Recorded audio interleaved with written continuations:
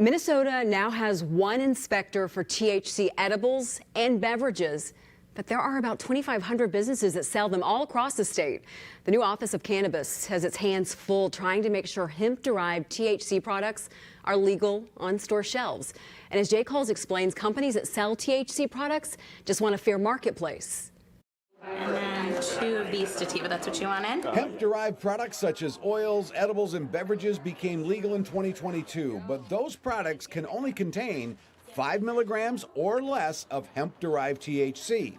And the state did not have any full-time inspectors to make sure sellers followed the law, creating what some have called the Wild West of edible sales. How would you describe it? It is a massive undertaking, particularly because we don't currently have a list of who's selling these products, right? So we're building the list right now. That's what registration is about. There are currently about 2,500 registered businesses, and the state finally now has one full-time inspector for all of them. And as the director of the Office of Medical Cannabis tells me, they're learning how to cover a lot of ground from other regulatory agencies. Alcohol Gambling Enforcement Division, they go out and do this as well with liquor stores and alcohol sales.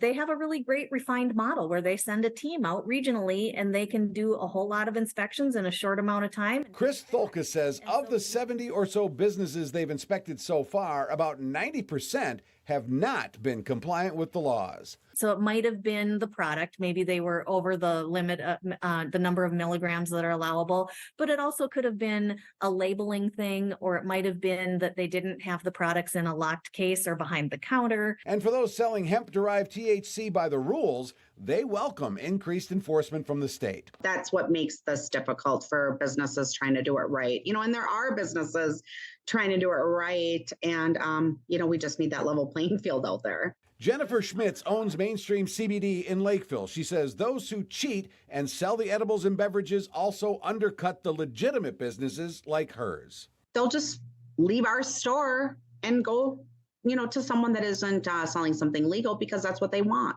Jay Coles, 5 Eyewitness News. And Jay tells us the Office of Cannabis Management is taking applications and will hire up to 7 inspectors in the near future.